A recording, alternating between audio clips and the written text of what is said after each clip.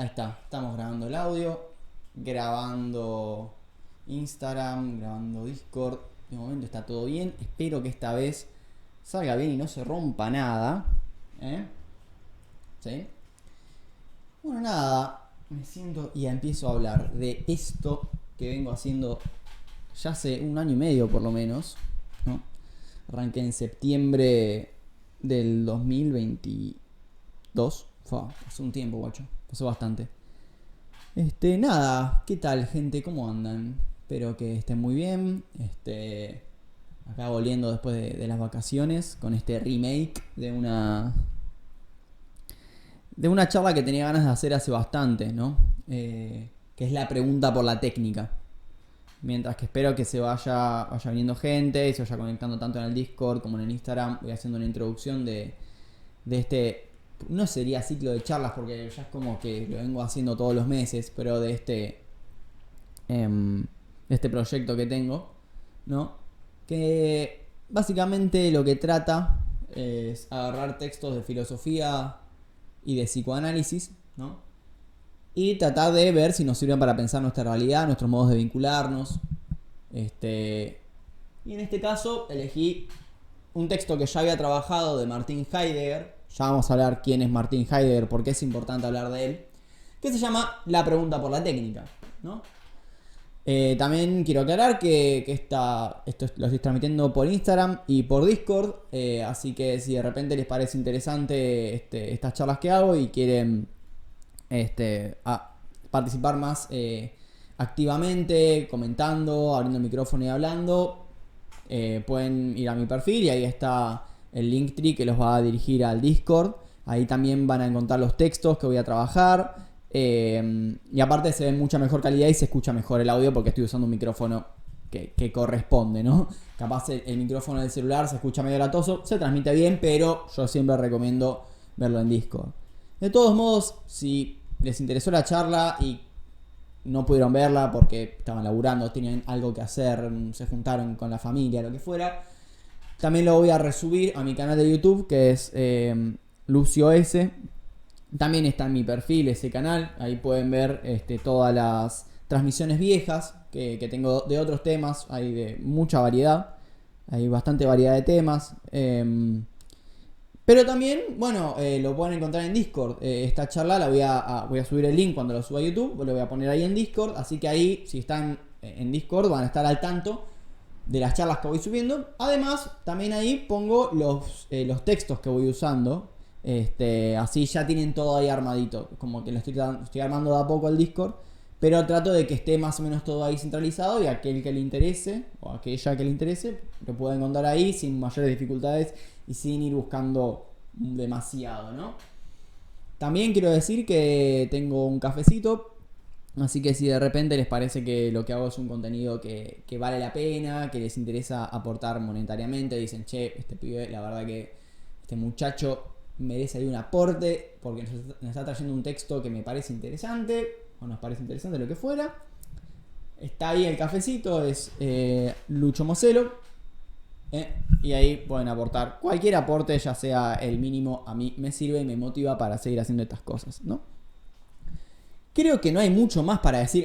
Y por último, y no menos importante, yo hace poco me recibí de psicólogo, por lo cual estos temas que estoy tocando, yo no soy especialista en Heidegger, no soy especialista en Freud, ni en este caso tengo una remera de Sartre, tampoco soy especialista en Sartre. A mí lo que me interesa es leer cosas y compartirlas. Yo lo que estoy haciendo acá es dar cuenta de una lectura que me parece interesante y que las quiero compartir, ¿no? Y ustedes dirán si estoy en lo correcto, si están en desacuerdo, pueden debatir, porque, a ver, yo no soy no quiero ponerme como el garante de aquel que la tiene mega clara con los temas y lo que dice él es palabra santa. No, o sea, yo leo un poco autodidactamente, me formo con YouTube, veo un par de videos, leo y leo otros textos de Heidegger y así es como más o menos estoy trabajando los textos. Por lo cual, cualquier inquietud, inconveniente, dicen, che, la verdad que esto lo puedes pensar de este otro lugar, la verdad que este otro texto me permite pensar este tema de otra manera, todo eso es bienvenido. Cualquier crítica que sea constructiva y que sea con respeto, yo banco, ¿no? Dicho todo esto, ahora sí me meto con el texto, ¿no? Como dije anteriormente, este es un texto que ya trabajé, ya tengo un video hecho. Pero ¿qué pasó? Cuando lo hice, se filmó muy mal, en muy mala calidad. Y me dio pena, porque este es un texto que realmente, la pregunta por la técnica, ¿no? Este texto, este ensayo que hace Heidegger, tendrá 22 páginas a lo sumo. Este ensayo de Heidegger me parece que es sumamente interesante para pensar la actualidad, ¿no? Ya que el hecho de preguntarnos por la técnica, o más concretamente por la tecnología, ¿no? Es algo que nos atraviesa cotidianamente, estamos constantemente atravesados por la tecnología. Empecemos principalmente, acá yo estoy sentado con un micrófono en la mano, dos cámaras, una computadora, en la cual una es un celular, transmitiendo en vivo, grabando. A ver, esto lo puedo hacer porque hay una tecnología que me permite hacerlo. Eso en primer lugar, pero también ustedes están viendo este vivo, ya sea por Instagram, ¿no? Hay una tecnología mediando ahí. O si después lo ven grabado o en Discord, bueno, hay otra tecnología, ¿no? Estamos constantemente atravesados por la tecnología. Y casi que nos aparece como inocua, neutral, nos aparece inofensiva la tecnología, ¿no? Por más que después se hagan muchas otras lecturas respecto a la tecnología, por ejemplo, película que habla de los males de la tecnología, así banalmente, una película, Terminator, ponele, esa película donde las máquinas, lo malo, el problema de la tecnología es que va a llegar un momento que nos va a superar en inteligencia y se van a revelar, ¿no? Ese es como el miedo que se nos aparece cuando pensamos el lado malo, por así decirlo, de la tecnología. Malo entre comillas porque no quiero hacer valoraciones morales, ¿no? Pero esa es la única crítica que en general se tiende a hacer en tecnología. Y con este crecimiento de la Big Data, de las inteligencias artificiales, ¿no? Vamos a ver como que la tecnología ya empieza a plantearnos una pregunta, ¿sí? Y por más que este texto sea de 1954, que obviamente Heidegger no vivió la inteligencia artificial, ¿no? Recién el tipo en este texto cita a la física cuántica, ¿no? Estaba en su momento de desarrollo la física cuántica y ahora está en otro momento mucho más... No me gusta la palabra avanzado, pero voy a usarla para hablar mal y pronto. En un momento más avanzado ya la tecnología parece que avanzó, progresó, pero... ¿progresó realmente? O sea, ¿estamos hablando de que la tecnología antes es lo mismo que la de ahora? Si vemos evidentemente, no, antes no teníamos celulares, ¿no? Antes, capaz que la gente se comunicaba con otra manera. Se comunicaba mediante cartas. Pero si pensamos al celular como un medio de comunicación, ¿no? ¿Es lo mismo mandar una carta que un WhatsApp? Esta pregunta que parece una pelotudez, que obviamente no es lo mismo, no es lo mismo. Esta es la pregunta por la técnica. ¿Qué diferencia hay entre una carta y el WhatsApp? Parece una pelotudez la pregunta, yo sé que es una boludez, pero a medida que nos hagamos realmente la pregunta por la técnica, nos vamos a dar cuenta que hay mucho más trasfondo que simplemente el hecho de que uno es más rápido y el otro es más lento. Yo cuando pienso en esta relación de WhatsApp y cartas, me imagino todas esas relaciones epistolares entre escritores. Por ejemplo, a mí me interesa mucho la relación epistolar entre Walter Benjamin y Theodor Adorno, por ejemplo, ¿no? Digo, si ellos dos estuviesen vivos ahora, ¿cómo se hará? Se venderá un libro de las relaciones de WhatsApp, de los chats de WhatsApp entre Adorno y Benjamin. ¿Se dan cuenta que hay algo que hace ruido? ¿No? Y esto ya Heidegger lo notaba en ese momento. Y ahí ya me meto con el texto.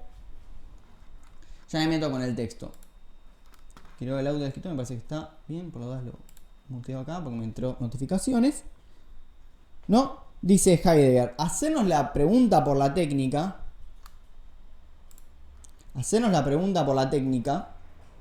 ¿Sí? Abre un camino del pensar. ¿Por qué? Porque este camino de pensar, el pensar para Heidegger no es una palabra sonsa, no es una palabra que la usa indistintamente. El pensar para Heidegger tiene que ver con una relación con la verdad. Hay algo que se juega del orden de la verdad que se va a manifestar en el pensar, ¿no?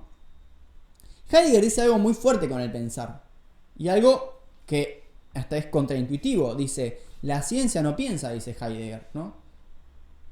¿Por qué dice que la ciencia no piensa? Porque la ciencia simplemente avanza pero no reflexiona sobre por qué avanza como avanza. Y eso hace que cometa muchos sesgos, por más que se piense a sí misma sin sesgos o intente sacárselos de encima. El no pensarse a sí misma hace que sí o sí tenga una perspectiva, ¿no? Por eso, él dice que el pensar en este texto es un modo de liberación. Pensar para Heidegger es liberador, ¿no? El pensar es liberador. ¿Por qué es liberador? Ya que la palabra libertad está muy en auge hoy en día. No porque estamos oprimidos. O sea, si bien ahora les voy a mostrar un párrafo donde Heidegger habla de que la tecnología nos encadena o una palabra así usa, no habla de que estamos oprimidos por la técnica, que estamos como boludos usando el telefonito o... No lo piensa así Heidegger. El tema de estar presos por la tecnología es que no sabemos, por no pensarla, no sabemos las consecuencias que tiene sobre nosotros y sobre nuestra manera de vincularnos y de interpretar el mundo. Ahora vamos a ver qué significa esto y vamos a ver que es muy fuerte lo que dice Heidegger, ¿sí? Piensen, ya pueden pensarse esta cuestión del WhatsApp y una carta, ¿no? ¿Cómo uno redacta una carta y cómo uno redacta un WhatsApp, ¿no? Ya dos medios de comunicación que supuestamente sirven para lo mismo, ya se encaran de dos maneras re distintas. Insisto, es una pelotudez este ejemplo, pero me parece que puede servir para pensar cómo dos cosas que sirven para lo mismo son muy distintas. En su esencia son muy distintas. Pensar liberador, ¿no? Porque nos permite saber qué mecanismos hay subyacentes en eso que estamos usando. Y al mismo tiempo el pensar nos permite hacer una relación con la esencia de aquello que estamos pensando. ¿Qué es la esencia? Dice Heidegger. La esencia es lo que hace que la cosa sea. Acá pone el ejemplo de un árbol, por ejemplo, porque es un quilombo. Heidegger, perdón, no lo presenté a Heidegger, mala mía. Heidegger es conocido por ser el filósofo que se hace la pregunta por el ser. El tipo escribe en 1927 un libro que va a ser un antes y un después en la historia de la filosofía, que es El Ser y Tiempo. En El Ser y Tiempo, Heidegger propone pensar a la filosofía como un olvido de la pregunta por el ser. Que es muy simple, o sea, se pueden decir, bueno, ¿qué es esta pregunta por el ser? Voy a dejar un ratito para que piensen la respuesta a esta pregunta. ¿Qué significa ser? Y es una palabra que usamos todo el tiempo. Yo soy Lucio, la mesa es marrón, no sé, el sillón es cómodo. O sea, estamos usando constantemente la palabra ser, pero no sabemos, cuando nos preguntamos por la pregunta por el ser, no sabemos qué significa. Y hace todo un libro tratando de abordar qué es esta pregunta por el ser, y a veces toca por qué nos olvidamos de esta pregunta. Bueno, también se lo tiene por hacer este libro, se lo tiene como el filósofo más importante del siglo XX. Depende para qué parte del mundo. Para el mundo, por así decirlo, para los países anglosajones, ellos tienden a leer más a uno que se llama Wittgenstein, que es otro palo. Muy interesante también, un quilombo, no voy a hablar del tema. Pero acá más en Latinoamérica y en Francia se recepcionó mucho más a Heidegger, ¿sí? De hecho no hay filósofo que lo evada. Todo el mundo que sea más latino, por así decirlo, o sea, los que no son anglosajones, han leído a Heidegger. O tienen alguna opinión o están en contra de Heidegger. O están a favor. O sea, es imposible eludirlo. Y entonces la pregunta por la esencia, volviendo, el pensar como pregunta por la esencia, perdón que vaya y venga, hace una relación con el ser. A él le interesa preguntarnos, ¿qué es la técnica? ¿Qué es? ¿Qué es lo que hace que la tecnología sea una tecnología? Y pone el ejemplo de un árbol. Bueno, yo puedo decir, el árbol es marrón, puedo decir, el árbol es alto, pero nada de esas respuestas me dice por qué el árbol es un árbol. Que el árbol sea marrón, ¿lo hace árbol? ¿Que todo aquello que es marrón lo hace árbol? ¿La esencia de ese árbol es que sea marrón? ¿No? Esa es la pregunta que se hace Heidegger. Entonces vos decís, no. Y bueno, ¿qué es lo que tienen en común todos los árboles? Y ves que ahí cuesta, o sea, por más que es una pelotudez la pregunta por el ser al principio, cuando realmente te pones en hinchapelotas y te pones a hacer la pregunta por el ser, es un quilombo, ¿no?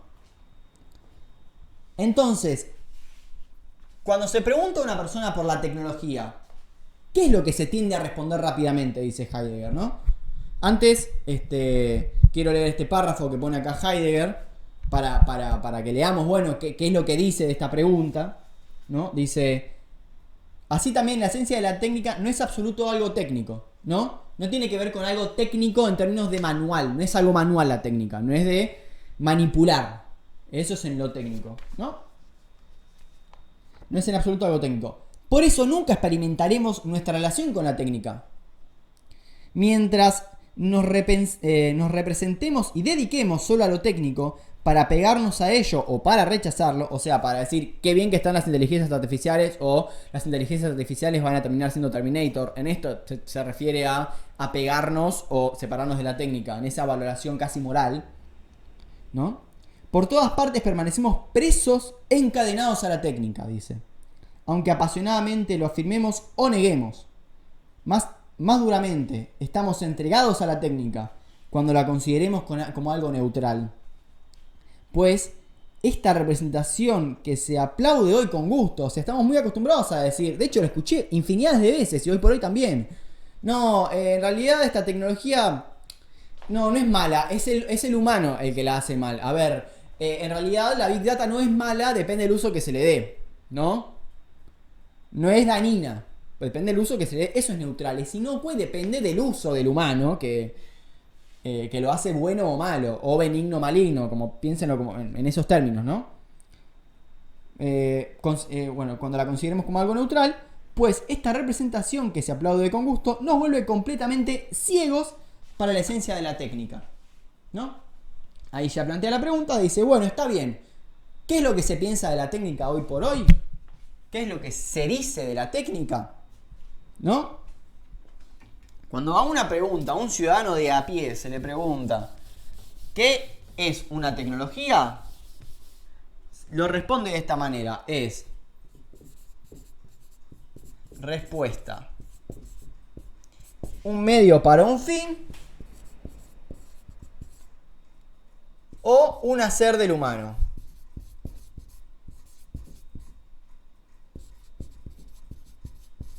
Un medio para un fin o un hacer del humano. La carta epistolar, por ejemplo, y el WhatsApp o los mails, lo que fuera, es un medio para comunicarse. Y por otro lado tenemos el hacer del humano.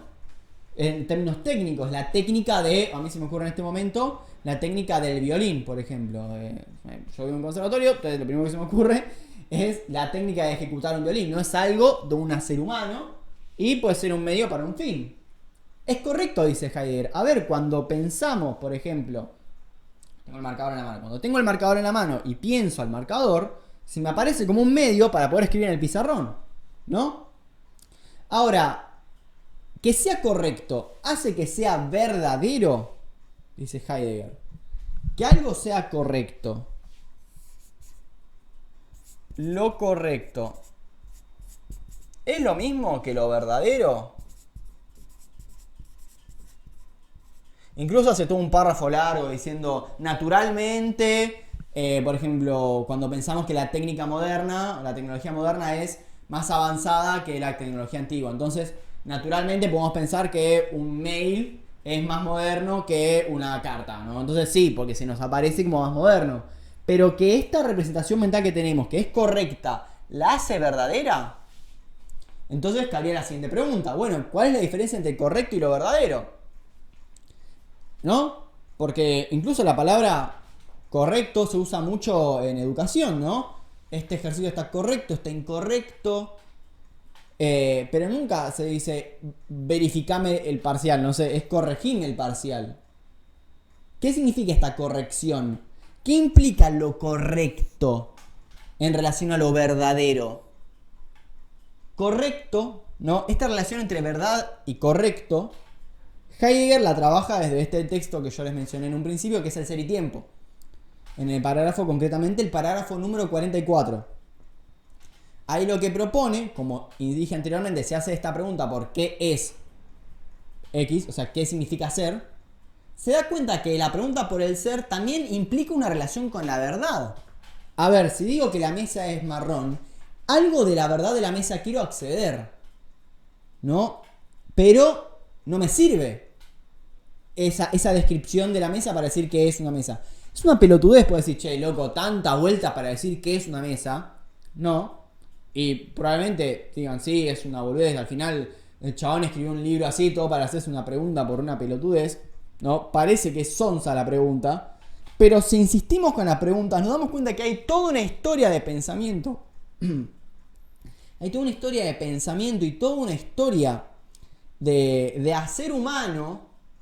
Incluso hoy por hoy seguimos insistiendo en pensar lo correcto más allá de lo verdadero, sentarnos en lo correcto y no en lo verdadero, y eso termina cejando un montón.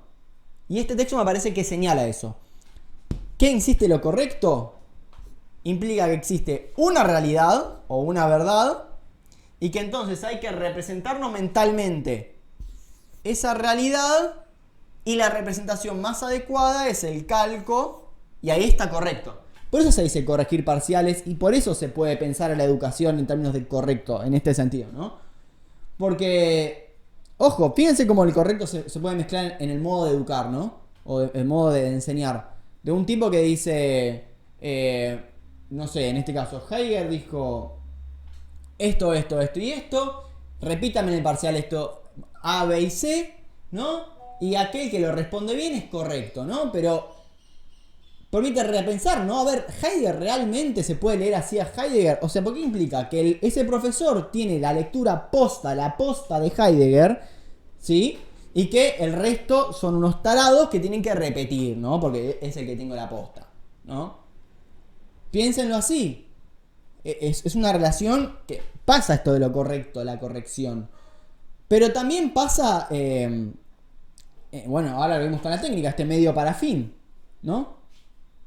También, bueno, se me ocurría cuando se piensa en ciencia, también se piensa en lo correcto, cuando se hace más que nada en ciencia exacta. Pero eso lo vamos a ver más adelante, ¿no? Ahora, vamos a lo verdadero, para que no decaiga, ¿no? Vamos a lo verdadero. Lo verdadero tiene que ver con otra cosa. Lo verdadero va por otro lado, ¿sí? Pero esta cuestión de la verdad, Heidegger, bueno, me adelanto un poco, la llama desocultar. Se quedó sin tinta, espero que se vea.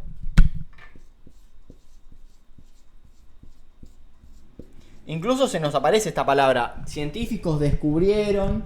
La palabra descubrir, desocultar, ¿no? Que significa que hay algo que estaba latente, pero fue necesario de que alguien lo señale para que aparezca. Eso es desocultar. Y vamos a ver cómo es que la técnica algo tiene que ver con esto. Pero ¿qué dice Heidegger? Bueno, hagamos de cuenta que insistimos. Bueno, vamos a preguntarnos, a contentarnos con esta respuesta y llevarla al máximo, ¿no? Las respuestas de que la técnica es un medio para un fin y que es un hacer humano. En principio dicen que son respuestas instrumentales. Instrumentales. ¿Por qué? Porque vemos a la técnica como un instrumento, ¿no? Por eso se nos aparecen como instrumentales, ¿sí? Pero si fueran instrumentales y decimos que es un medio para un fin, estamos hablando de causa y efecto. O sea, el causante que yo pueda escribir en el pizarrón es el marcador. Entonces lo veo como una causa.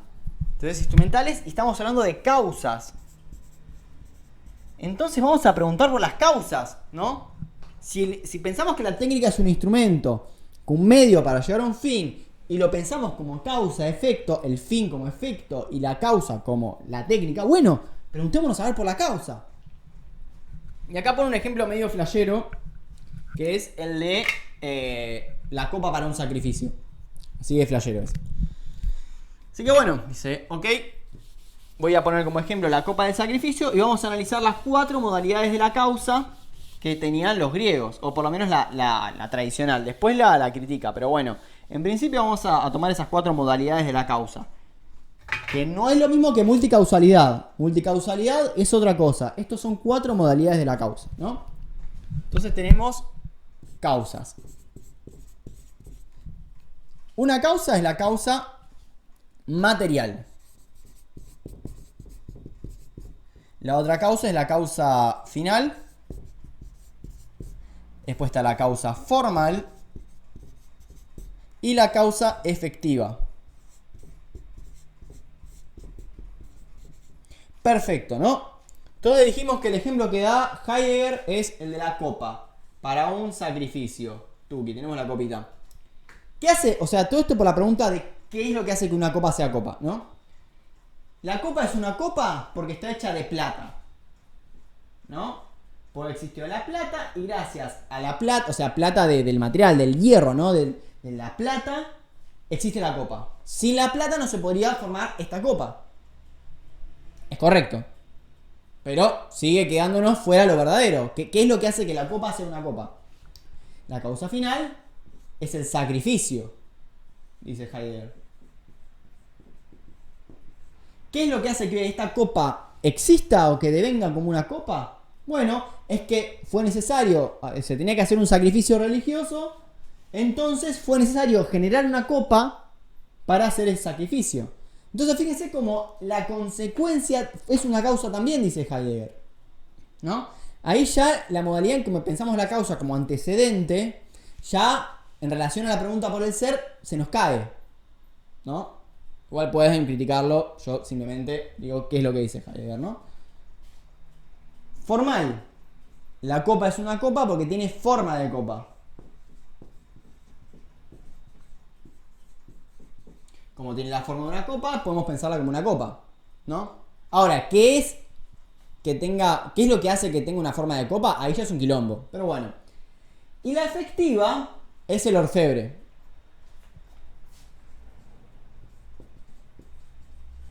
O la traducción que estoy usando es la de Soler, que se llama Francisco Soler, y lo traduce como platero.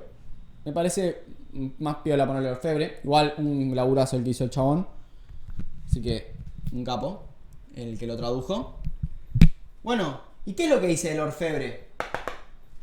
Que el real, o sea, el que puede unir todas las causas es el orfebre. A ver, si no existiese el orfebre que manufactura la copa, puedes tener la forma, puedes tener el sacrificio y la plata, pero necesitas de un orfebre que reúna, esto en griego se dice legein, pero no me voy a meter mucho con los términos griegos, reúna todas las modalidades de la causa y hace que aparezca una copa. Y acá es donde aparece el término verdad. Porque en la causa efectiva, en el orfebre, aparece esta cuestión de desocultar, hacer aparecer o descubrir, aparecer, ¿no? Hacer aparecer, ¿no? Porque vos tenés todo el material en bruto de la plata, o sea, materialmente ya está la plata ahí, la copa, digo. Sin embargo, el orfebre le da esa técnica para que devenga una copa y esté ahí la copa, ¿no? Por eso dice que la técnica es un modo de desocultar, un modo de hacer verdad, dice. Porque hace aparecer algo que antes estaba latente, porque estaba la copa, por así decirlo, pero fue necesario del orfebre para que aparezca efectivamente, ¿no? Ahora, ¿solamente está en las personas esta forma de hacer aparecer? No, en la naturaleza también, dice Heidegger. ¿Cómo? La naturaleza en sí misma, dice Heidegger, para los griegos, tenía esta moda de hacer aparecer. Y fíjense qué interesante, porque vos tenés, por ejemplo, ahí tenés el pastito, se me está quedando sin tinta, no, perdón. Y pasa el tiempo, vos pones la semilla ahí y pum, nace una flor, ¿no? Esta flor, ¿no?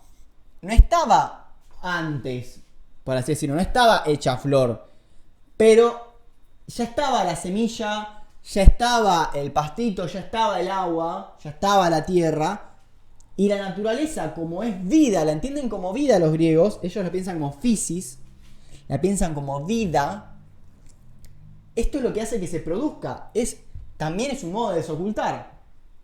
¿Cómo le llama esto? Poiesis. Este modo de desocultar, de hacer aparecer, es poiesis.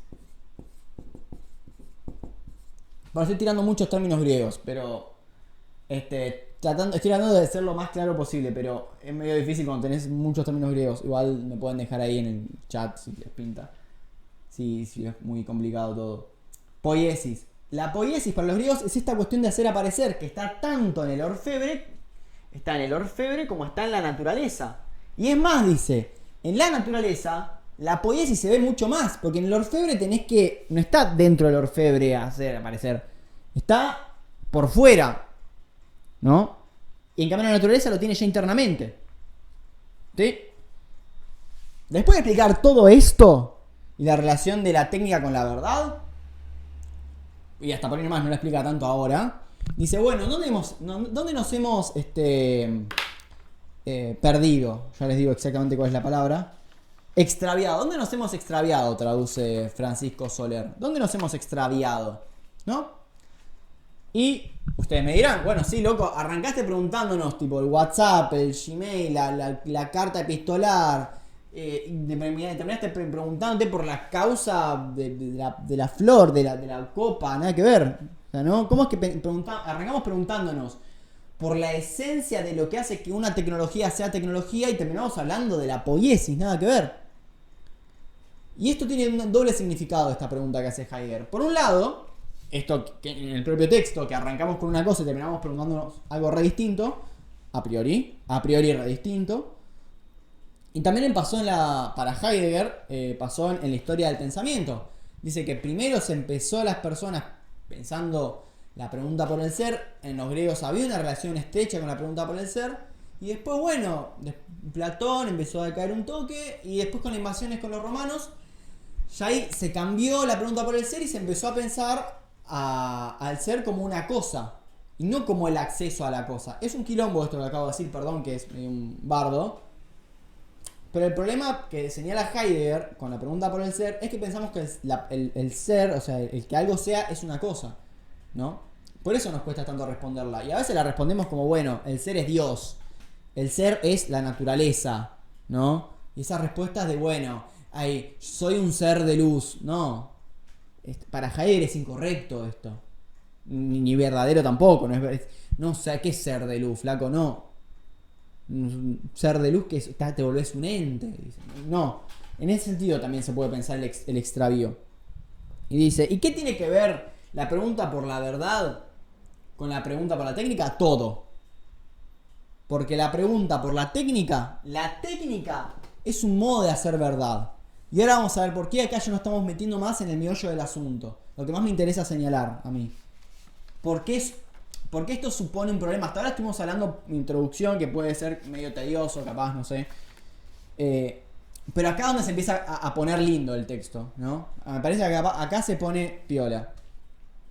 Dice, la técnica es un modo de hacer verdad. Vamos a leer a los griegos, a ver qué pensaban los griegos, dice Heidegger, ¿no?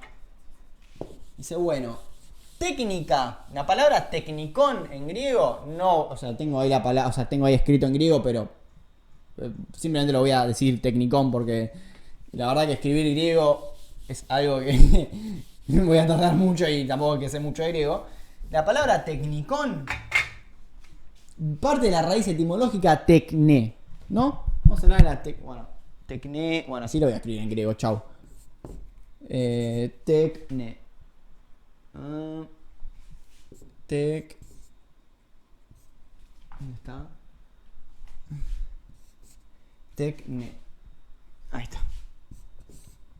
Acá dice, les juro que acá dice tecné. La palabra tecné, para los griegos, tiene una relación muy estrecha con lo que se llama episteme. Con lo que se llama episteme. Con la episteme, de epistemología. Esta sí la voy a escribir normal. Episteme. No significa solamente hacer bellas artes, o sea, si bien lo señala como es hacer bellas artes, es también el artesano, ¿no? Pero la tecné también tiene una relación con la episteme. Yo hice un video, creo que fue mi segundo video así de los largos, sobre la técnica del cuidado de sí, ¿no? En griego es, lo voy a pronunciar mal porque insisto, no soy griego, o como pueda, mejor dicho, tecné tout bio o algo así, ¿no? Que es técnica de vida. ¿Por qué? ¿Cómo pensaban los griegos al concepto de técnica? Técnica, en la técnica de cuidado de sí, es ejercer ejercicios, valga la redundancia, meditar, comer bien, escribir un libro, estudiar filosofía, ejercicios que hacía la persona para moldear, lo voy a decir re mal, porque no existía este concepto para los griegos, el concepto de subjetividad, no existía, pero no me quiero meter en eso, ya lo hice en ese video, ahora simplemente lo digo para que se entienda. Moldear su propia subjetividad y así estar más cerca de la verdad, estar preparados para cuando se le desoculte la verdad, pum, poder captarla y cuidarla. Eso dice, a eso le interesa a Heidegger, ¿no? Esta relación con la verdad. Y ya vimos que también la tecné, es necesario esa tecné para que aparezca algo que parecía estaba latente y pum, aparece. A ver si hay algo más respecto a la tecné. Aristóteles distingue. Sí, eso respecto a la aletheia. Ahora, está todo muy lindo, le dicen a Heidegger. Está todo muy lindo, pipicucú, perfecto. Pero, o sea, esto de los griegos me sirve para pensar en 1954 una reempresa hidráulica, parques eólicos. ¿Me sirve esto para pensar la técnica moderna? Si la técnica moderna es justamente más moderna, la técnica moderna al mismo tiempo es más exacta, tenés la física matemática que está interviniendo ahí. Los griegos tenían recién la física de la matemática de Euclides, nada que ver. ¿Es lo mismo la técnica moderna que la técnica de los griegos? Dice, no, justamente ante los ojos, no es lo mismo. Pero que sea correcta esta afirmación no la hace verdadera. Sí, este concepto, dice Heidegger, de tecné nos sirve para pensar la técnica moderna. Y dice Heidegger, la técnica moderna es poética. No, perdón, es desocultadora, por así decirlo, es verdadera. ¿Genera verdad, mejor dicho? Sí, genera verdad. Genera verdad. Pero no es poética.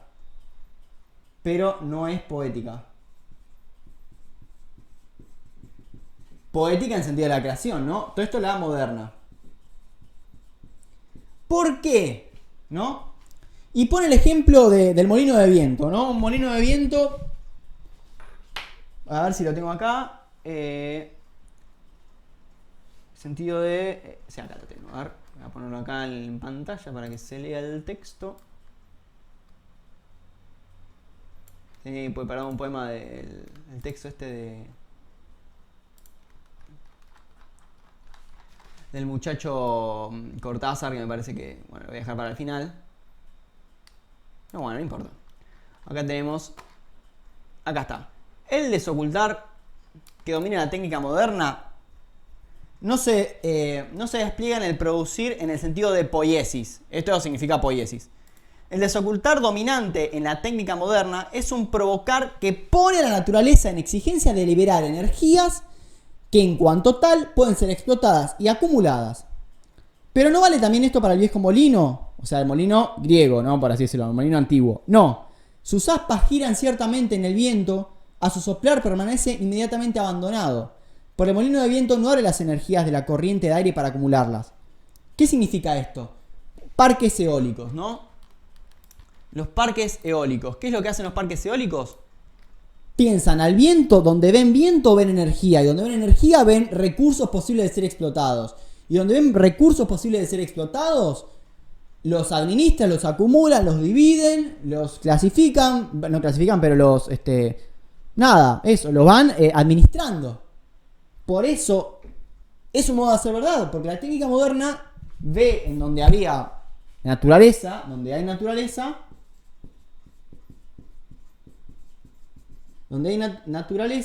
ahí lo escribí re mal la N, ven energía.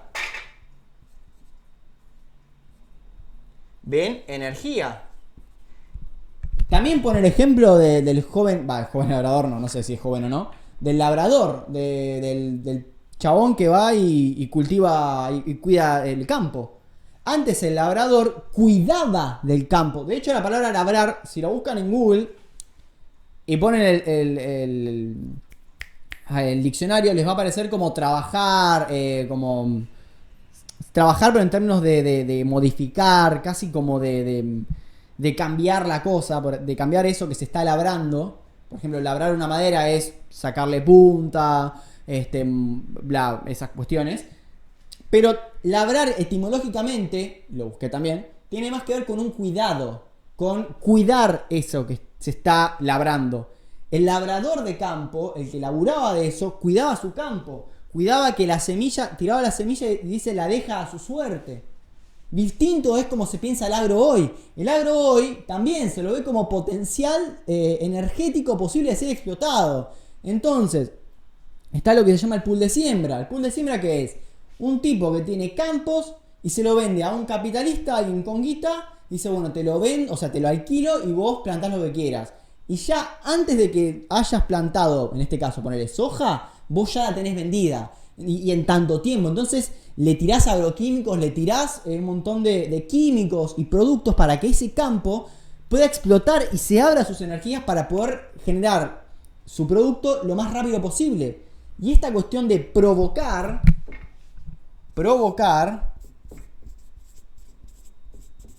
tiene este doble sentido, dice Heidegger. Por un lado, abre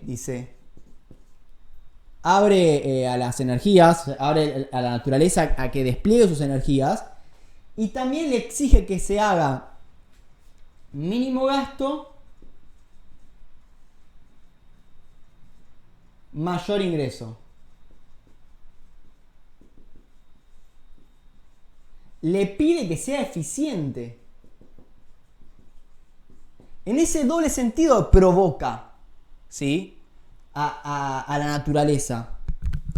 Que distinto de la técnica antigua, no. La técnica antigua, según Heidegger, es poética porque hace aparecer, ¿no? Y bueno, y no provoca de esa manera a la naturaleza. De hecho, los griegos, como dije anteriormente, pensaban a la naturaleza como un ser vivo, como algo vivo. Acá no, es un cúmulo de energías, ¿no? Y después pone un ejemplo que me parece también muy interesante, aunque espero que haya quedado claro con el de los parques eólicos, la represa del río Rin, ¿no? Rin creo que se llama, sí. ¿Qué dice la represa del río Rin? Se la puede ver de tres maneras. Vos ves un río, es correcto, es un río. Sin embargo, si le pones una represa hidráulica arriba, es un cúmulo de energías posibles de ser explotadas. Entonces, donde se ve un río, se ve ya energía eléctrica, se ve ya, se puede hacer productos, lo vendés de acá y demás, con esa energía se puede capitalizar y demás. Pero también el río Rin le sirvió a Hölderlin para hacer un poema, ¿no? Entonces, donde Hölderlin vio el río Rin, bueno, hizo un poema, la verdad, intenté buscarlo, no lo encontré, pero supongamos que vio en ese río, no sé, una transformación, o pensemos en Heráclito, donde ve un río, vio toda una manera de pensar filosóficamente, esta cuestión de no se puede bañar dos veces en el mismo río. Vio una transformación en el río, vio movimiento, ¿no? Y por último están los turistas, no, los turistas, ¿no? ¿Cómo se llama? Los de la comarca o algo así, los aventureros que van al río y dicen, ah, loco, esto puedo explotarlo como un punto turístico. Y entonces lo ven como un punto turístico y hacen todo un aparataje para, bueno, hacer de ese río algo turístico y explotan el turismo. Ya ahí tenemos tres maneras de, ante la misma cosa, tres verdades distintas, ¿no? Tres maneras de ocultar distintas. Una, el río Rin, en técnica moderna como posible de ser explotado. Heráclito como manera de pensar una filosofía, lo ve como en modo de movimiento. Y lo podemos ver como un punto de explotación turística, ¿no? Hace después un resumen, más o menos dice de vuelta lo mismo, que es un provocar, bla, bla, bla. Y agrega un concepto más, Heidegger. Perdón, o sea, avísenme si estoy yendo medio rápido. Espero que no. Pero agrega un concepto más, Heidegger. Dice, ¿por qué se ve a la naturaleza como posible de ser explotada? Y haré un concepto más, que es el concepto de constante, o Bestand, mejor dicho, ¿no? En alemán. Porque indica que algo es constante, pero también indica stock energético.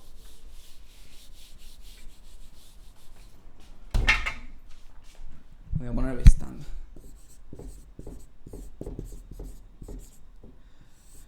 Bestand. Dijimos que... O sea, ¿por qué la pregunta por el Bestand? De vuelta. ¿Por qué se ve al río, o sea, al río como un cúmulo de energía? ¿No? Porque la técnica moderna lo ve como un Bestand. ¿Qué es Bestand? Es constante. Así lo traduce Francisco Soler, pero también se lo puede pensar como stock energético.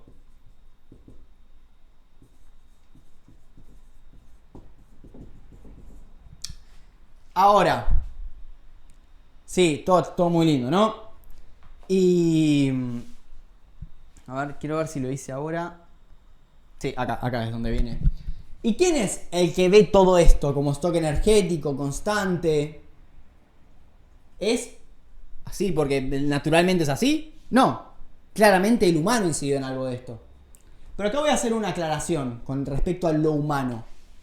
Heidegger es antihumanista a rajatabla. Bueno, no sé si a rajatabla, pero es un tipo que todas las nociones de progreso, toda la noción de humanismo, de que el humano es el tipo más inteligente dentro de la faz de la Tierra y que entonces él con su razón va a poder, etcétera, etcétera, y con su técnica y con su ciencia... Ay, se me cayó una hoja.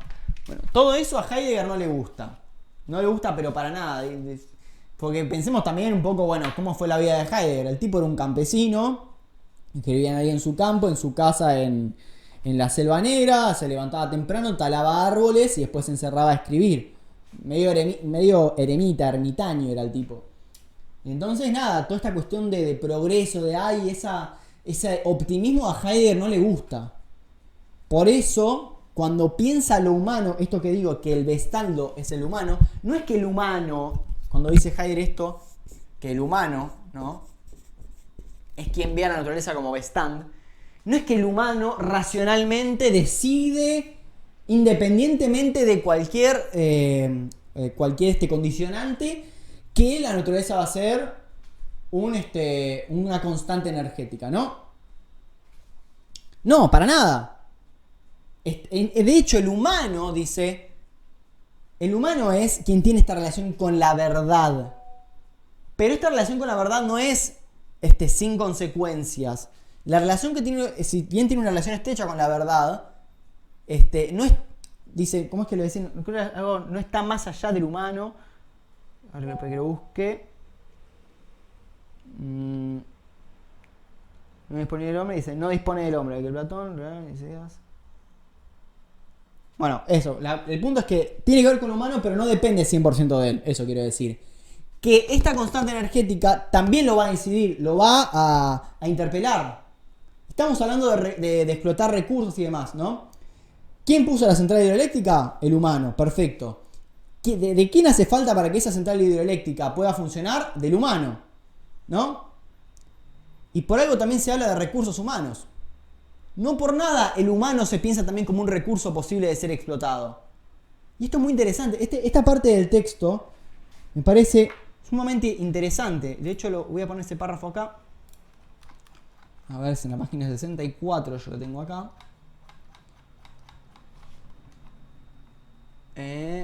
Acá. O sea, acá Francisco Soler lo tradujo como material humano. Pero bueno, es lo mismo, recurso humano. Solo en cuanto hombre, por su parte, está provocado a provocar las energías de la naturaleza. O sea, el hombre como el humano, como está atravesado y no se hizo la pregunta por la técnica, está condenado, vamos a decirle, a provocar a la naturaleza. Está embebido en ese sistema que hace ver a la naturaleza como un cúmulo de energías, ¿no?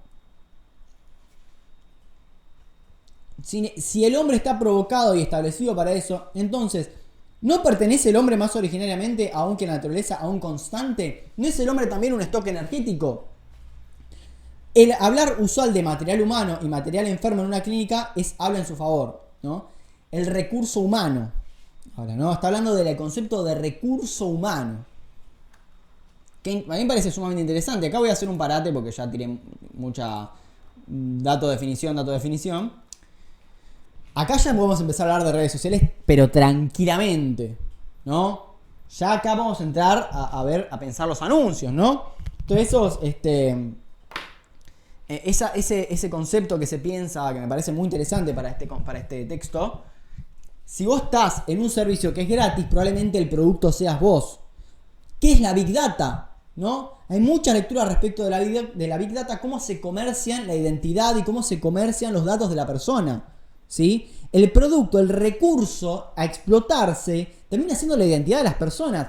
¿Qué es un influencer? ¿No?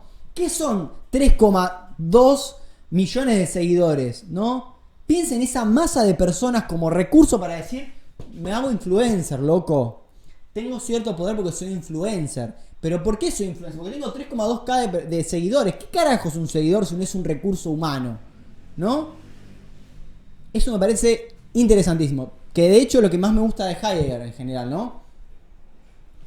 Esta lectura antihumanista, porque en general, he leído muchas cosas respecto al humanismo y de tipo está todo muy lindo con el humanismo, etcétera. Y como que estamos en una época de progreso y que ahora somos más inteligentes que antes y que nuestros viejos no son viejos meados. Y todas esas lecturas de progreso lineal a Heidegger le molestan una banda, ¿sí? Dice, no estamos progresando nada. A ver, hicimos del humano un recurso, loco, un recurso a ser explotado. ¿Viste? Y bueno, acá pone el ejemplo del guardabosque. Dice, el guardabosque que echa de menos en el bosque la madera talada y que al parecer recorre como su abuelo, y de igual manera los caminos del bosque está establecido, sépalo no, a una industria de utilización de la madera. ¿Qué significa? El guardabosques, ¿qué es lo que dice? El guardabosques antes cuidaba del bosque, como el labrador que dijimos. Ahora no, ahora el guardabosques es un empleado de un capitalista que le dice, cuidame el bosque porque después de esto... Fíjense cómo sigue, me parece excelente. Está establecido en la productibilidad de la celulosa. O sea, donde ven bosques, ve celulosa. ¿Y qué? Donde ve celulosa, ¿qué hay? Que a su vez viene provocada por la necesidad del papel.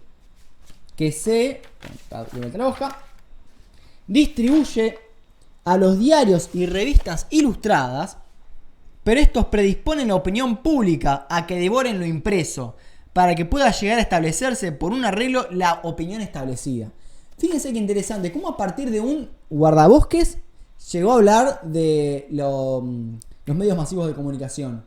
Donde se ve un bosque, se ve celulosa, y donde se ve celulosa, se ve diarios, en el caso de Heidegger, 1954, ¿no? Donde se ve diarios, se ve, boom, con esto, cómo los árboles terminan teniendo algún tipo de relación con modificar la opinión pública, porque tenés a un tipo garpado que lejos de cuidar un bosque, cuida para que el capitalista lo pueda explotar y hacerlo mierda.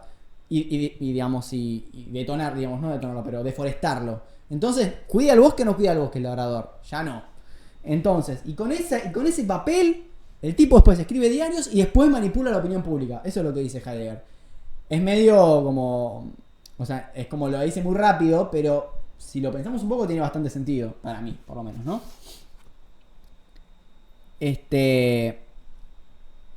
A ver si hay algo más respecto de esto. Bueno, termino de leer el párrafo. Dice, impulsado el hombre la técnica, el hombre la técnica participa en el establecer como un modo de desocultar.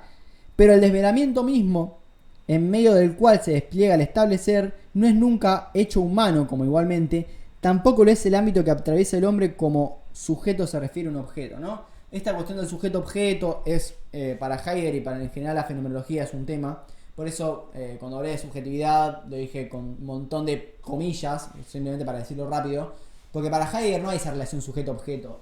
Esta cuestión del humano, el humanismo, justamente lo que piensa es que el humano es un capo, es altamente racional y con el poder de la razón puede decir, y no, lo que dice Heidegger, como siguiendo la tradición de la fenomenología, no hay tal distinción entre sujeto y objeto. Porque el objeto interpela al supuesto sujeto, al humano, y el humano interpela al objeto. Entonces, en la técnica, lo mismo. La técnica hace que veamos en los árboles celulosa y poder explotarla, ¿no? Por ejemplo. Entonces no es una relación que digamos... y encima ese modo de explotación hace que el humano se pierda y que termine explotando a la naturaleza y se explota a sí mismo. Y no puede salir porque, dice Heidegger, nunca se hizo la pregunta por la técnica de manera adecuada. Siempre se la hizo instrumentalmente, repasando un poco lo que dije al principio. Siempre se la vio como un medio para un fin, y por verlo de manera instrumental es humanista, porque si decimos que el instrumento es bueno o malo dependiendo de quién lo use, y no sin tener en cuenta lo constante y la tecné y etcétera, estamos diciendo que el humano es un capo, lo más grande que hay, y que depende 100% de él. No somos tan hiperpotentes, dice Heidegger. No te creas que sos lo más grosso en la faz de la Tierra, nada que ver. ¿No? Eso es la crítica que le hace al humanismo Heidegger. Y acá agrego un concepto, ¿no? Porque está usando mucho el poner, esto de poner a la naturaleza, a las energías, Stell, o sea, la palabra Stell. Utilizando la palabra Stell ahora, van a ver por qué.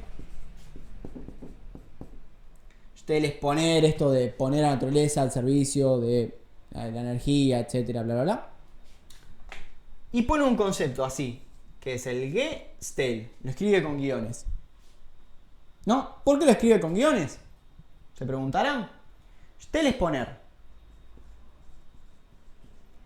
Ge es como un participio pasado en alemán. Yo no sé alemán, así que esto lo googleé, así que tómelo con pinzas, pero me fijé otros papers y otros textos y me parece que bastante adecuado.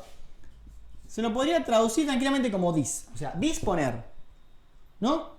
Gestell es disponer, dispositivo.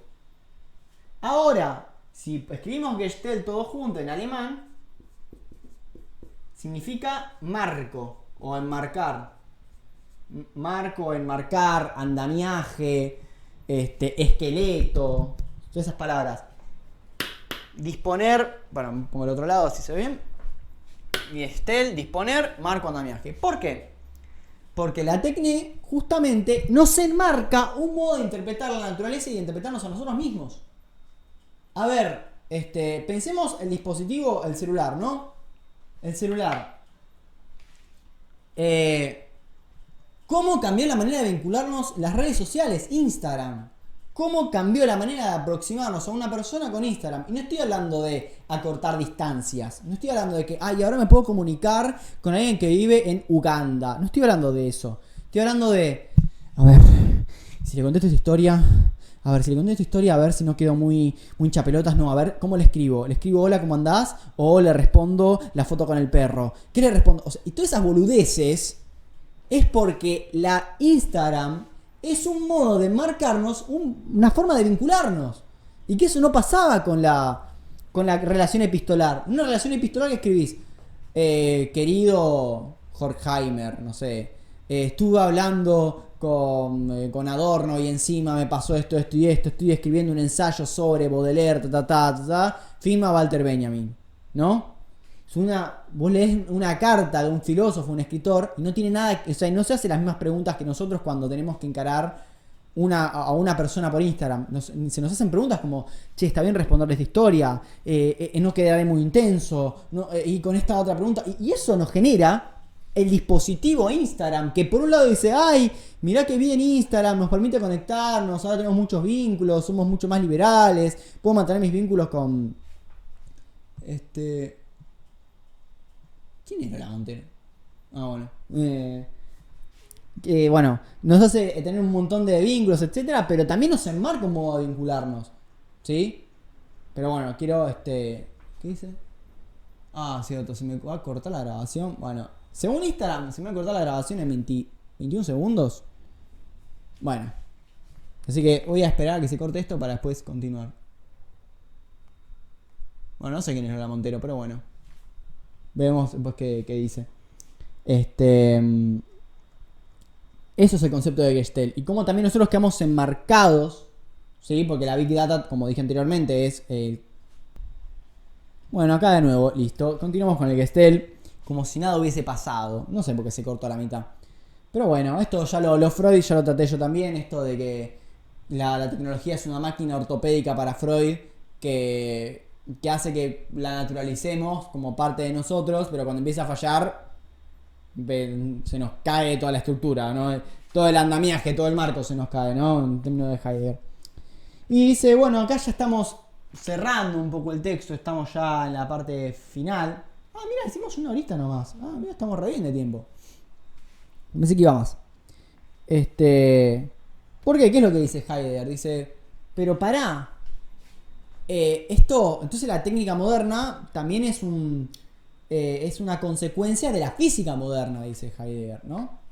Una consecuencia de la física moderna. Porque la física moderna, primero fue necesario que haya un Newton que piense a la naturaleza como un cúmulo de energías. Eso también lo trabaja Heidegger en la época de la imagen del mundo. También tengo un video al respecto. El Discord Plus 2. Lo trabaja en la época de la imagen del mundo. Y le hace las críticas pertinentes en ese texto. Y que la técnica moderna no es solamente una aplicación de ella, de la física moderna. Y dice, nuevamente, históricamente esto es correcto. Históricamente, la física moderna vino antes que la técnica moderna y se nos aparece la técnica moderna como una mera aplicabilidad de la física moderna, ¿no? Pero por otro lado, dice Heidegger, no. La técnica moderna, ya en la física moderna estaba la técnica moderna.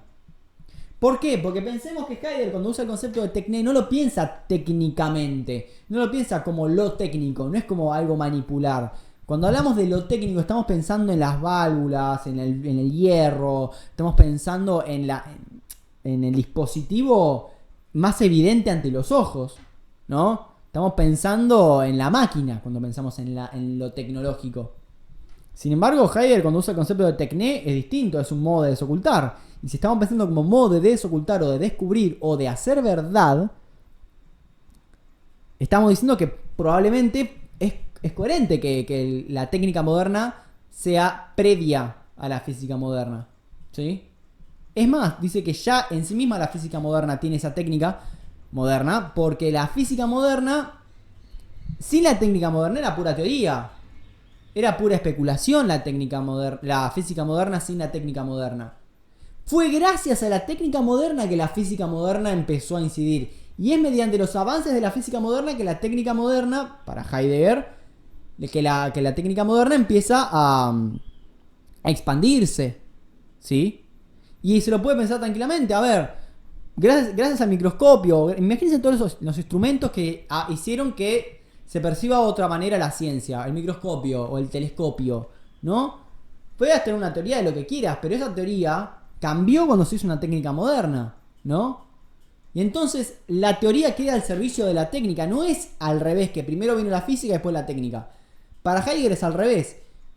¿Pero por qué es al revés? Insisto, porque cuando pensamos a la técnica moderna en términos históricos, sí, las máquinas surgieron en el siglo XVIII, mitad del siglo XVIII, y la física moderna principios del siglo XVII. Entonces, históricamente, la física es previa. Pero, a nivel de tecné, como modo de desocultar, modo de hacer verdad, es la técnica previa a la física. Porque sin la técnica, la física no podría seguirse expandiendo. Eso es lo que dice Heidegger. Y es una crítica más Heidegger. Porque lo que provoca esta cuestión de la técnica moderna, ¿no?, hace que la física moderna cada vez quede más relegada a un sector muy chiquito de la epistemología, de la ciencia, ¿no? Porque pensemos cuando surgió la física, en la época de Newton. Y esto en la ciencia en general pasa un montón. La física se quería aplicar absolutamente todo. Todo. Tanto así que algo que se nos aparece como muy raro, el concepto de física social, ¿no?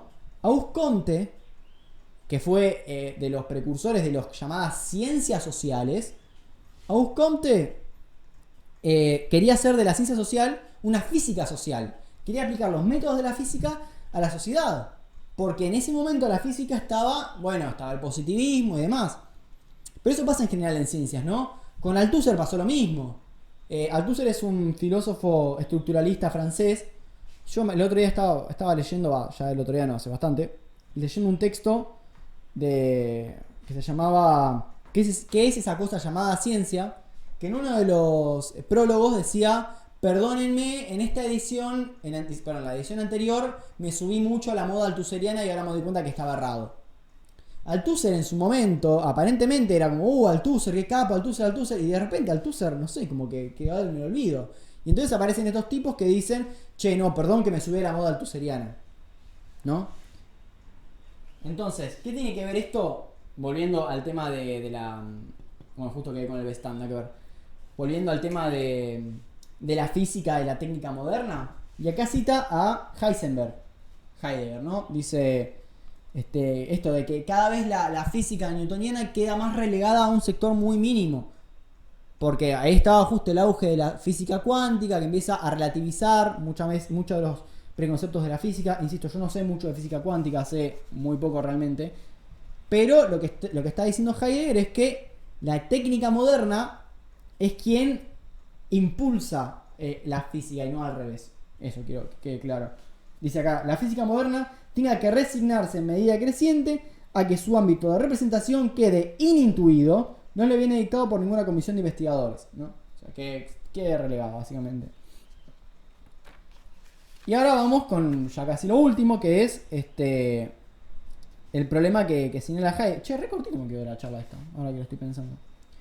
Que es el tema de el peligro. Empieza a decir, esto es un peligro para Heidegger. Esto supone un peligro. ¿Por qué?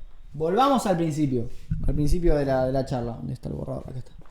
Dijimos que la pregunta por la técnica, o hacernos la pregunta por la esencia de la técnica, era liberadora, ¿no? Es liberadora. Vamos a hablar del peligro de la técnica, ¿no? Si dijimos que la pregunta por la esencia de la técnica es liberadora, está hablando de la libertad. El peligro, uno de los peligros es que quedemos encadenados a la técnica. Apareció esa palabra encadenar, ¿no? Quedamos encadenados a la técnica, ¿no?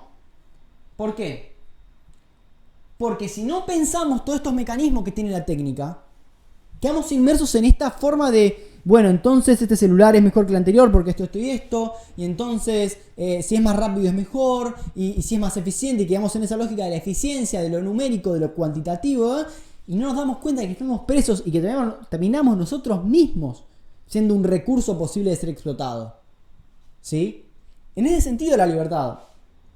Que es interesante este concepto de libertad que usa Heidegger, porque no es como se lo entiende hoy la libertad, como, ay no, me estás cohesionando, me estás obturando mi libertad de bla. No, porque no te das cuenta. Eso es lo interesante de esta libertad que piensa Heidegger. No es una libertad de, ay, opresor, me están oprimiendo. No, es una libertad que sos partícipe de esa entre comillas, esclavitud. ¿No? Lo digo mal. No usa la palabra esclavitud, pero sos partícipe de esa captación de la libertad porque no reflexionás sobre eso que te encadena. Entonces, mientras no reflexionemos sobre eso que nos encadenan, vamos a seguir presos. Y lo peor es que no nos vamos a dar cuenta. Por eso el pensar es importante para Heidegger. Y es liberador.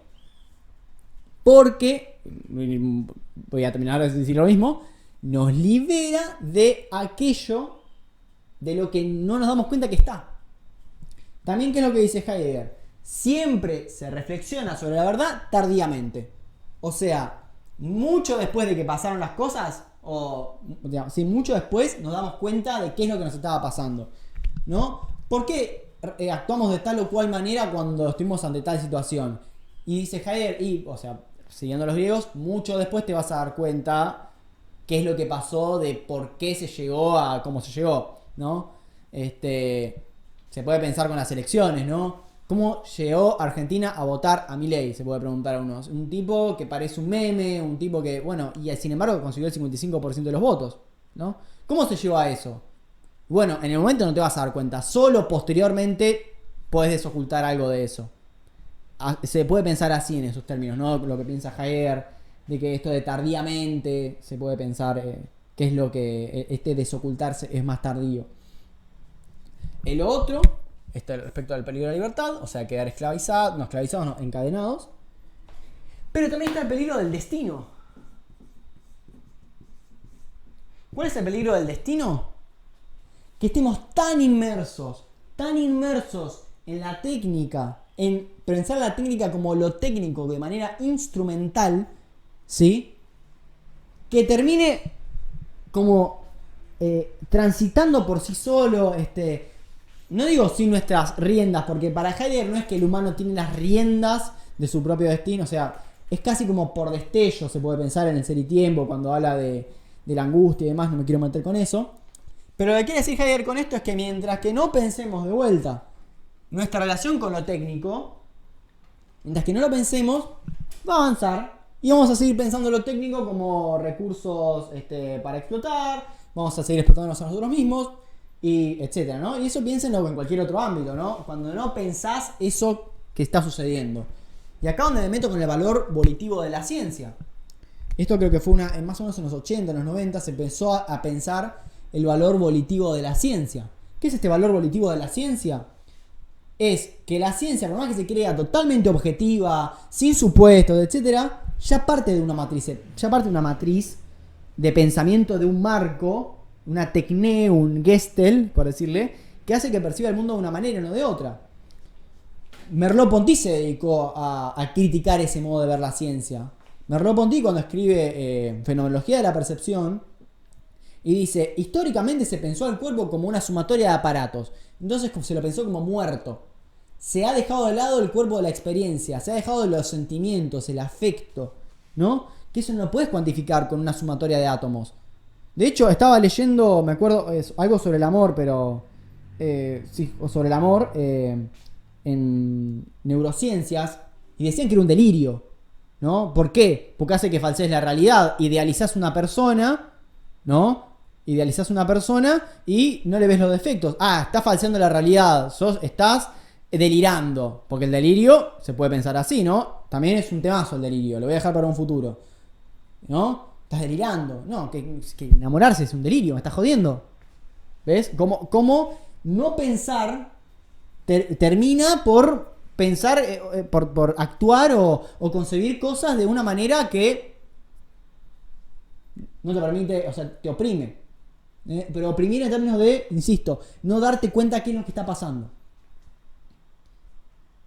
Y había uno más que estoy buscando. Y por último, el peligro de que se piense solo una manera de desocultar. Una sola manera de desocultar. ¿Qué significa esta sola manera de desocultar? Que se piense solamente a la técnica como posible de explotar recursos, más en relación al capitalismo, ¿no? O sea, no me metí con el capitalismo porque sería un quilombo más, la relación entre Marx y Heidegger, hay mucho escrito sobre eso, ¿no? Pero no estamos dándonos cuenta que es una manera de desocultar, pensar al progreso de este modo. El progreso en términos de eficacia, de eficiencia, de sacar el mayor provecho con el mínimo gasto. No nos estamos dando cuenta que es un modo y que ese modo nos sesga una banda y que ese modo, además de que nos sesga una banda, nos vuelve un recurso. Insisto con la idea de recurso posible de ser explotados. Pensemos, insisto, en las redes sociales, pensemos en la Big Data, pensemos incluso en época de Marx también. El tema de que el obrero lo único que tiene para ofrecer es su fuerza de trabajo. Fuerza física, energía, ¿no? ¿Cómo es posible explotar? Pero, dice Heidegger, y acá se complica el texto, dice Heidegger, antes quiero decir una cosa más de Hölderlin, dice también que el peligro es que nos aleja de nuestra esencia.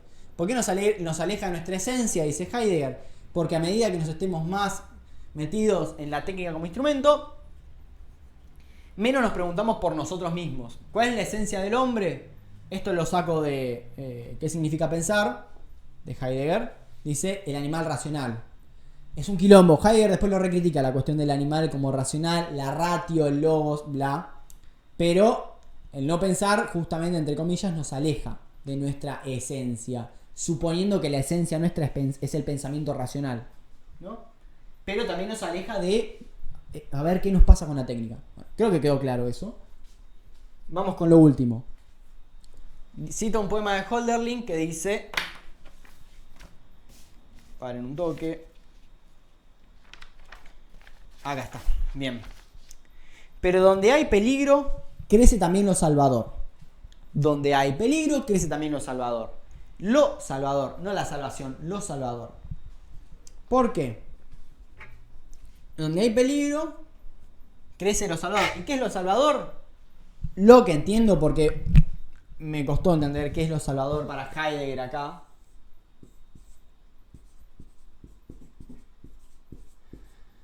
Lo salvador es nada más y nada menos que la esencia de la técnica, ¿no? Hacernos la pregunta por la esencia es salvarla, pero salvarla no de que nos salva a nosotros de ser oprimidos, no lo pensemos así, sino de resguardar, de pastorear, de cuando hablamos del labrador que cuida, que se ocupa y cuida de la tierra en ese sentido. Donde se oculta, donde está el peligro, crece lo salvador. O sea, preguntarnos por la técnica permite que salvemos algo, ¿sí?, de la esencia. ¿Sí? Este peligro hace que algo se nos va a poder salvar, pero simplemente, obviamente haciendo todo este recorrido de pensamiento, ¿no? Y bueno, eso me parece que tiene que ver con la salvación. Mucho más no llegué a entender qué quiere decir Heidegger con lo salvador, ¿no? Y ahí empieza a hablar de el concepto de esencia, ¿no? Lo salvador es la esencia, ok, pero ¿qué es la esencia? Dice, para Platón la esencia eran las ideas, pero confunde, empieza a hablar de Platón, del eidos, que es la forma, la idea, porque ¿qué pensaba la esencia? La esencia se la piensa como lo inmutable, o sea, para Platón, ¿por qué se va a pensar las ideas Platón? Porque las ideas es lo que no cambia. Esta mesa concreta, este micrófono, este mate, ¿no? De paso tomo uno. En el mundo real son perecederos, entonces no puedo buscar una verdad eterna ahí. En las ideas sí, porque no cambian. Ahora, uso un juego de palabras, que ya ahora les digo cuál es, que es Waren, Wesen, y termina hablando del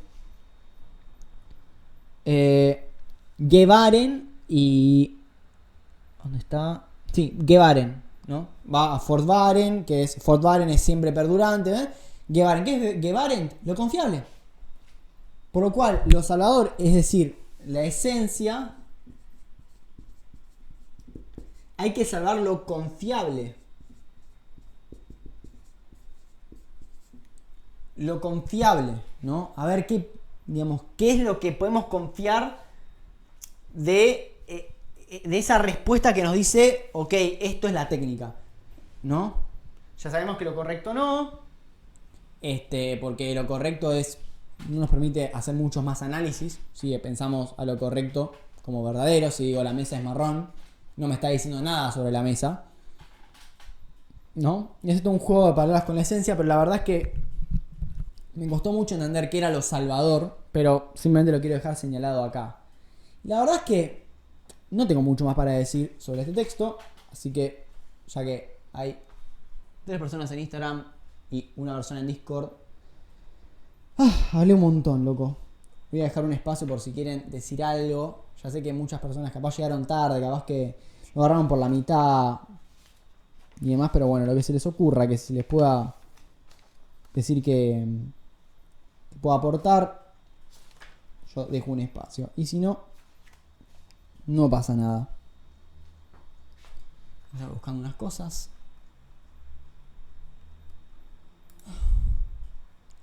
Tuki. Luego una más, ya descansé. Voy a tomar un mate.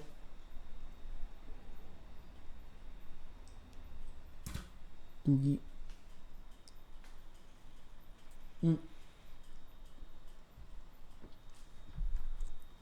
Y no quería irme. No quería irme sin citar este poema. Bueno, poema, le digo poema, pero no es poema. Sin hablar de este texto de Cortázar, ¿no? Que en realidad lo había pensado para hablarlo primero, como problematizando la técnica. Pero bueno, me parece que va a quedar para lo último, ¿no? Pero queda dentro del video y eso ya me pone contento. Dice, el poema se llama, bueno, insisto con el poema, el texto de Cortázar se llama, a ver, Preámbulo a las instrucciones para dar cuerda al reloj. Cortito, ese es un párrafo. Piensa esto, cuando te regalan un reloj, te regalan un pequeño infierno florido, una cadena de rosas, un calabozo de aire. No te dan solamente el reloj, que los cumplas muy felices y esperamos que te dure porque es de buena marca, suizo con áncoras de rubíes. No te regalan solamente ese menudo picapedrero que te atarás a la muñeca y pasearás contigo. Te regalan, no lo saben, lo terrible es que no lo saben. Piensen a Libertad, no se dan cuenta. Tipo, no la ven. Bueno, no quiero meternos con no la ven, perdón, pero era muy rápido. Era muy rápida la comparación. Lo terrible es que no lo saben. Te regalan un nuevo pedazo frágil y precario de ti mismo. Algo que es tuyo, pero no es tu cuerpo. Que hay que atar a tu cuerpo con su correa como un bracito desesperado colgándote de tu muñeca. Te regalan la necesidad de darle cuerda todos los días. Fíjense cómo el reloj interpela a la persona. Todos los días le tenés que dar cuerda, ¿no? Te exige el reloj darle cuerdas. La obligación de darle cuerda para que siga siendo un reloj. Te regalan la obsesión de atender a la hora exacta en las vitrinas de las joyerías. O sea, fíjense todas las dependencias que terminamos teniendo el reloj. En el anuncio de la radio, en el servicio telefónico. O sea, la hora exacta, atender a la hora exacta en las vitrinas de las joyerías, en el anuncio por la radio, en el servicio telefónico. Te regalan el miedo de perderlo, que te lo roben, de que se te caiga al suelo y se rompa. Te regalan su marca y la seguridad de que es una marca mejor que otras. Te regalan la tendencia a comparar a tu reloj con los demás relojes. No te regalan un reloj. Tú eres el regalado. A ti te ofrecen para el cumpleaños del reloj. Esta última oración podemos pensar, bueno, Heidegger acá, Cortázar como que pone al reloj como el amo y la persona el esclavo. Para Heidegger no es tan así. Pero sí podemos ver,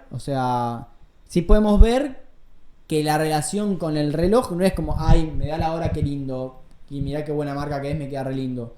No, es mucho más profunda y no pensarla hace que no nos demos cuenta de todas esas pequeñas cuestiones que nos hacen estar dependientes del reloj, básicamente. Esperen que saco esto de aquí.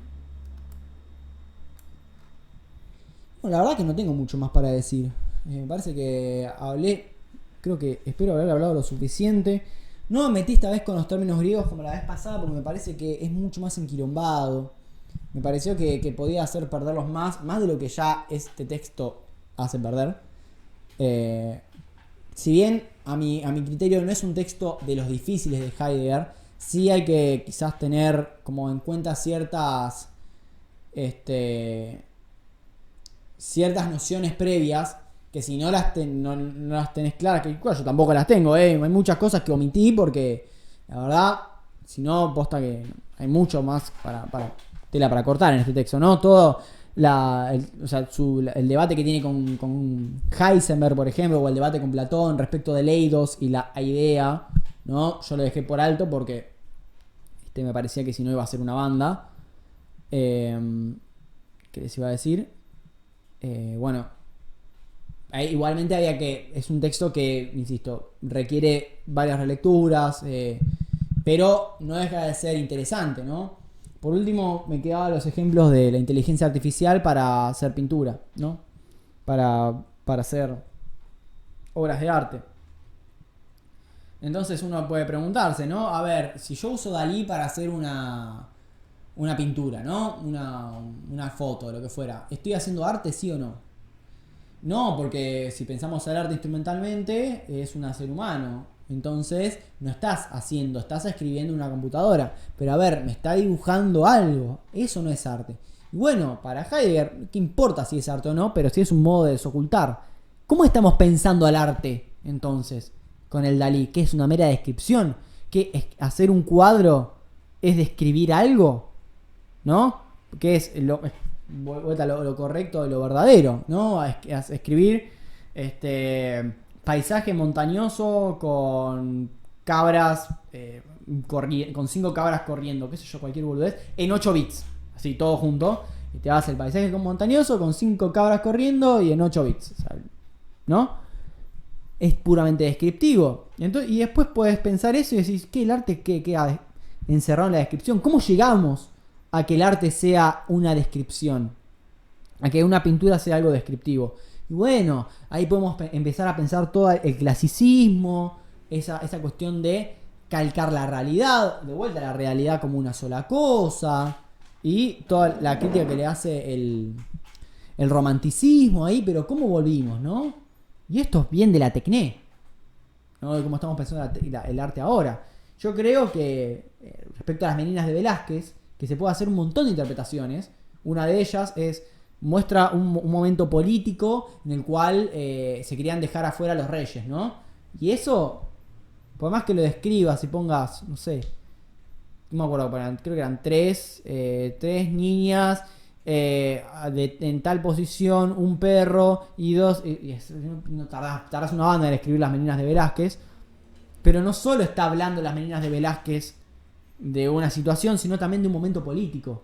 Desoculta algo, ¿viste? Pero también este ejemplo pavote que dice de las cabras y demás, también es un modo de desocultar, ¿no? Totalmente acrítico queda el arte, si lo pensamos de esa manera, ¿no? ¿Dónde está la crítica en arte? Pienso, ¿no? Esto ya son preguntas abiertas. Y ahora sí, posta, no tengo más nada que decir. Espero. No sé si ustedes quieren decir algo. Capaz que. No sé, capaz que quieren decir algo. O no, ni idea. Y si no, yo la iría cortando por aquí. Porque la verdad no tengo mucho más que decir. Hola. Ay, Olis. ¿Sí me escuchas? Para un segundo que pongo el audio acá. Audio de escritorio. Ahí está, listo. Así se queda grabado. Ahora. Joya, listo. Bueno, no sé, pues nada más el comentario de que gracias por el análisis de la lectura. Honestamente, honestamente no la leí No pasa y nada. además entré tarde. ¿Mm? ¿Cómo? Va, acá es una Que llegaste tarde, ni que la hora es tarde, no. No, está bien, pero no pasa nada. Igual viste que esto queda en YouTube, así que no te preocupes. Después lo ves completo y con buena calidad y buen sonido y todo. sí, además ya leo la lectura. Pero no sé, me pone a reflexionar mucho sobre la modernidad y esto último que dijiste de la libertad, de cómo pues, la modernidad occidental capitalista nos ofrece como cierta libertad, pero desde obviamente el lado del liberalismo de la ideología, pero que también nos ata, ¿no? Nos Tal cual. individualiza. Sí. Entonces, no, pues me parece muy interesante. No, sí, en eso tenés razón, ¿eh? Porque se puede pensar el liberalismo como, ay, sí, somos re libres. Podemos pensar todo el tema del amor líquido de Bauman, todo ese pensamiento que tiene de cómo es que, ay, vos sos libre de elegir un montón de productos, pero estás encerrado en la libertad del mercado, ¿no? Y entonces, o sea, hay muchas lecturas respecto a Claro, cómo el mercado lo que te exige constantemente es objetos para que vos consumas y estás encerrado y no te das consumir. cuenta que estás preso en eso. Sí, el liberalismo es también una forma de opresión, pero es interesante, para mí lo que rescata Heidegger acá de libertad, no es una libertad que vos te das cuenta de, ay, me están oprimiendo, sino que vos sos partícipe porque no reflexionás sobre eso. Exacto. Eso sí me parece que es Ajá, interesante lo que son trajiste. como muy interiorizadas que tendrías que estar en un constante proceso de reflexión de por qué se hace tal cual, ¿no? O en lo último que leíste del reloj, Ah, sí, de pues Cortázar. se me hace curioso cómo también agarra un ejemplo de un reloj, ¿no? También en referencia al tiempo, supongo. A ver. Y y ya. Pero como respecto al tiempo, ¿cómo lo pensaste? Mm, pues con respecto a que, o sea, porque al final acaba de que más bien tú eres el regalo del reloj, ¿no? Ah, sí, sí, Y sí. al tiempo de que el tiempo te tiene preso, o sea que ahora tienes que estar más al pendiente de otras cosas que quizá antes no lo estabas Ah, sí. por el hecho de tenerlo tan consciente, y eso pues yo lo traduzco en los tiempos del capital, ¿no? Que todos estamos inmersos en pero por lo menos no todo lo tenemos consciente, ¿no?